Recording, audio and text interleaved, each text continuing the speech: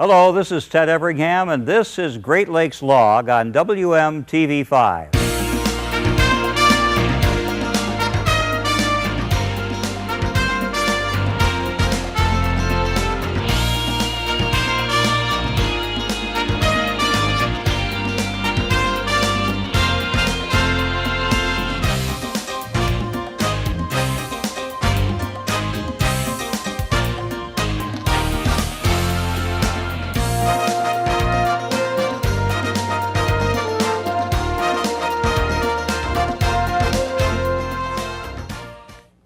It's time once again for our midwinter early look at the Mackinac race.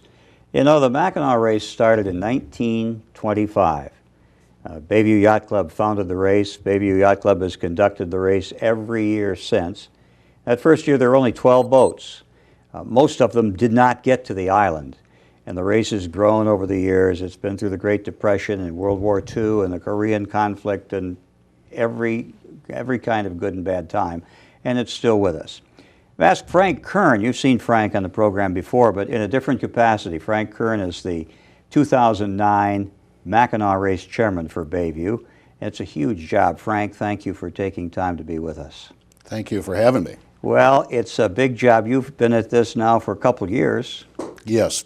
In our program, you train as an apprentice to the current chairman, and then you work your way up, and hopefully by the time it's your turn, you'll understand how to run the race. You've sailed the race a lot of times. Yes, I have. How many? I did 25 in a row, but I've done a total of 29 races.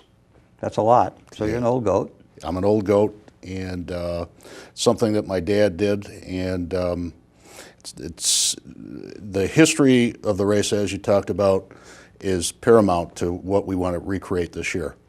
Well, the race has been going on all these years, and it kind of evolves, and things change a little bit. You've made some, you made some conscious decisions based on real data and made some changes this year. Tell me about some of those. Okay, yeah. We took some surveys of the owners of what they would like to see in the race. And the first thing that came along, and the phrase we heard a lot, please bring back the Cove Island course. And especially the larger boats wanted to go back there. We had gone to the Thunder Bay course, which was weather buoy 45003 out in Lake Huron, and that was a great course. But last year's race was pretty fast, and a lot of the owners said, well, we'd like to make this a little longer, a little more of a challenge, because it actually divides it up into two different races a little bit more. Right.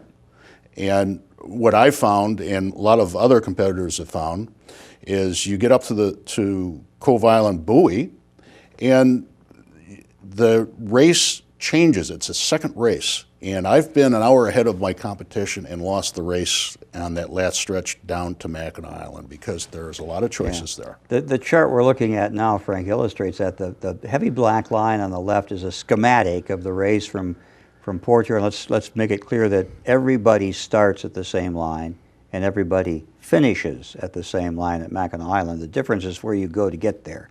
The left-hand side is the Thunder Bay course, as you've described, for smaller and somewhat slower boats, to generalize. And the cruising boats. And the cruising boats. Cove Island is up there off the tip of the Bruce Peninsula near Tobermory, and that's the right-hand line, much longer course. How long is that course? That's 292 statute miles. Okay. And as you said, and as every Mackinac sailor worth his salt knows, it's a race to Cove, and it's a race from Cove to the docks, and it's a race from the docks to Mackinac Island. Yep. So, and you have to make the decision. Do I go down the middle of the lake? Do I go to Canada? Do I go to Michigan? And there's a lot of variables in that, and that's what makes it really interesting. So is it fair to say that reinstating the Mackinac Cove Island course is more than just distance? Yeah, this is the 10th anniversary of the last time we did the Cove Island course in 1999. I remember it well. And I think you were race chairman, weren't I was. Okay. So there's been a little hunger for that, and there's a number of people that have not even done that course because it's been out of vogue for the last 10 years. So this is a really exciting change.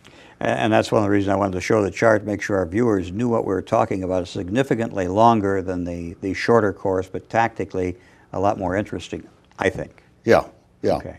So you've reinstated Cove Island after 10 years of being away from it.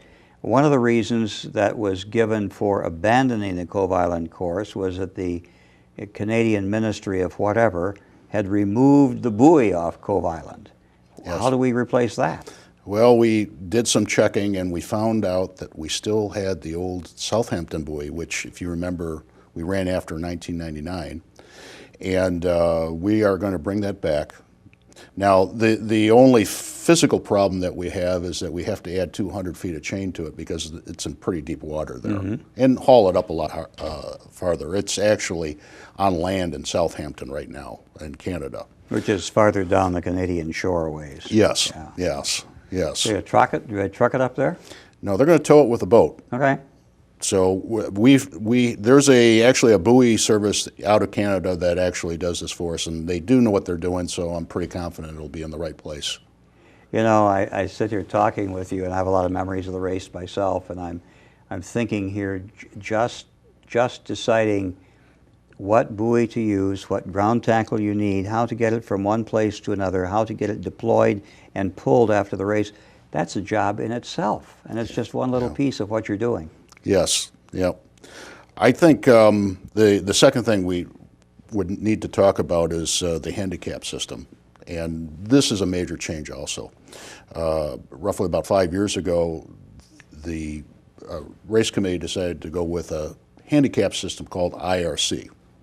It's based on an international system of handicapping boats so that different boats can race on the same course in different classes, and at the end of that, when everything's handicapped, you hope that you get a winner out of that. Now, what we've added this year is an option for boats to do what they call the ORR handicap system. ORR is a system that is administered and by the U.S. Sailing. IRC is more of an international one done by the RORC. The ORR is a system that's used centrally in the United States and is used in Lake Michigan. We made the decision that we were going to carry it over into both the lakes and try to make a system that boats from all over the Great Lakes can race under one system. So the idea here is it's a customer-friendly idea. Let's have a handicapping system that more of the customers will like longer.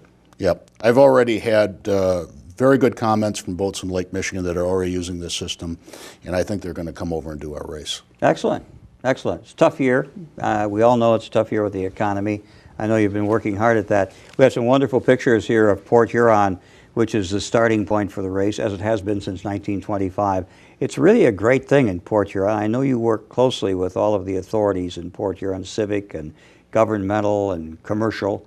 Anything new in Port Huron this year? The only thing is they're going to go to a month-long festival. This is a great economic boom for the people in Port Huron. Port Huron is a wonderful place to visit, especially that time of year, because they really roll out the carpet for the people that are in the race or the people that come down the docks to see all the different boats. And they actually get to talk to the people and see close hand what this is all about. Right, and they do that literally all week, but especially Thursday and Friday. And Saturday morning, watching the boats head from the Black River to head out to the starting line in Lake Huron. Yeah, it's a great celebration. They have the parade of boats Saturday morning that come out, and they have the bagpipes playing, and you have people lining both sides of the Black River, and then you go up the Canadian side under the Blue Water Bridge because the current's so strong there, and it's just a mob of people there that are watching the boats go up the river out to the starting line. And many people, as you know, line up on that Canadian shore, particularly by the Blue Water Bridge, the night before. They camp overnight. I didn't know that. Oh yeah, there'll be campers there, And I've known people from here in Grosse Pointe who every year go to the same